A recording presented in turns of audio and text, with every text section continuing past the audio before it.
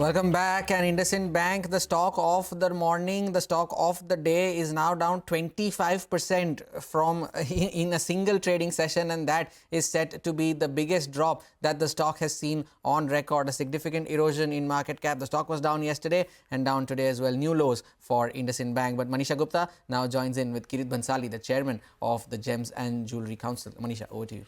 Thank you so much for that, Hormuz. Well, even as the markets see a sell-off, that is various asset class see a decline. Gold continues to see some safe haven buying. So there's a bit of a rebound that we've seen come in for this one. $2,900 an ounce is back into these markets. But what does it really mean for the jewelry industry? And are there enough and more Indian consumers lapping up gold at these current prices is what we will ask Mr. Bhansali. Mr. Bhansali, thank you for joining in. And that really is my first question. While gold is playing a safe haven right now globally, what is it about the Indian markets that you see as a pattern right now? Are people now buying gold jewelry at these levels, and what is the sense that you get? Yeah, good afternoon, Manisha. No, because of the high volatile in the international market and domestic, we have witnessed about 40% decline in domestic market, and that's big worry for us. Well, 40% decline in jewelry market, but do you see Indians buying gold as an investment right now? Because we've seen ETFs do well, and perhaps various hybrid mutual funds do well. Do you see a pattern here that people are buying gold but as an investment and not as jewelry? No, people are not buying as an investment because of the geopolitical situation. They are very, very cautious, and that's the result. We have seen 40% decline in domestic market. Mr. Bhansali, how is this quarter overall looking to you then in sense of demand? We do, of course, know that the month of Feb and March have been slightly on a weaker side, but do you see this quarter go as negative as well for the industry? So, Manisha, 2024, April to January, if we compare 2025, we have seen only 2.21% decline in export. But this quarter, we are facing a lot of challenges. This tariff war is going on. The other thing, I think this will settle. This will take another 15 days to settle this tariff war with US. And I'm not very much optimistic about this quarter. Too much geopolitical situation will play an important role in this. Fair point. But yeah. The best part is that I'm seeing plain studded gold jewelry. We have seen 14.64% increase. That is a good sign. Okay, and this is in a sense of exports, Mr. Bhansali? Yes, sense of export. 64% growth we have seen in this studded jewelry. Okay. Mr. Bhansali, also, how are you looking at various global markets right now? Because I remember speaking to you last year and you said US and China have continued to be weak markets. Now this year, in this quarter itself, are you looking at some of that buying coming back from major two countries or not yet? I'm seeing little hope from US. And currently, the March show in Hong Kong also shown some good signs. A lot of Chinese buyers were there. I've spoken to a number of exhibitors.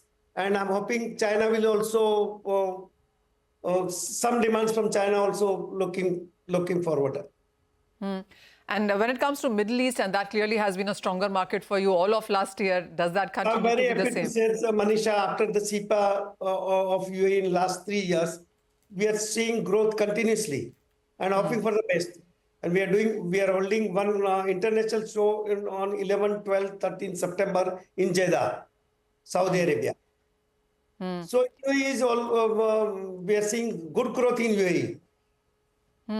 Mr. Bhansali, as GJEPC, are you also looking to newer markets here, whether it's within Middle East? I mean, as you said, Saudi Arabia, Jeddah clearly is a newer market for India in that sense. Is GJEPC also looking at newer markets right now with two major economies really fighting with tariff wars right now? Right. So in result that, Manisha, if you are aware that last year I have traveled to Latin America, and our another people are also in touch with Latin America. There is some tax issue that I have already spoken with Commerce Minister. And if it is sorted out, then we are hoping Latin America will be a new good market. My ex-chairman Vipul Shah has also traveled Vietnam and some other countries, Saudi Arabia and all that. We are hoping to explore new markets, definitely. With all of these tariff wars, Mr. Bhansali, and with exports having not done so well in the last year, what are the kind of representations or conversations that you've been having with various ministers? Because we do understand that export is one thing that the ministry does want to keep pushing on, and especially gems and jewellery. So is there any concessions, subsidies that you're looking for from government on this? Yes, we are constantly in touch with government, especially with Commerce Ministry. And Commerce Minister has traveled US. He was there for 5 days. Right. And with our good relation with US government counterpart, I'm hoping for the best outcome. What is your own sense, Mr. Bhansali, when it comes to gold prices? I am seeing that we are getting good response from US and for the best from US. China, we have recently started with Chai Fook and De Beers. The promotion activity is going on. And the last show of Hong Kong showing some good response from China too. So apart from this, we are trying to explore new markets, as I mentioned, that Latin America, Saudi Arabia and UAE. Mr. Bhansali, also, how are you looking at the gold prices from here on? Most people believe that 3,000 and beyond is what you could be looking at. Are you making any calculations on where the prices could go? Gold prices depends on two major things. If this geopolitical situation settle, if that Russia-Ukraine things get settled, then I don't see any jump in gold price. If the geopolitical situation remains same, the gold price may be very much settled within 3,000. I don't see too much high in gold price. Okay. Mr. Bhansali, I have one final question, and this is on diamonds. And we do understand that last year again was slightly weak for this segment as well. The last quarter perhaps has started to see some pickup. Are you looking at better days ahead for this category also? Yes. Last month I was in Dubai, and we have seen a lot of interest again in natural diamond.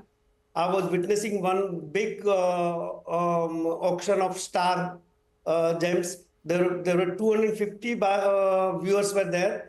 And the good thing was that out of this 250, 30, 40, I spoke personally them. They have come back from lab-grown to natural diamond. It's a good sign. It's a good sign. All right.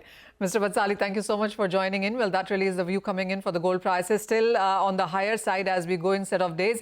But as clearly said, it all is going to be about tariffs and what is it that India and US can come across, sit across table and find a resolution on the kind of exports that India does and whether or not there are going to be tariffs thrown in. So that, of course, is something to be watched out for. But with that, let's go into a short break. When we come back, we'll talk more about markets and stock-specific action on the other side.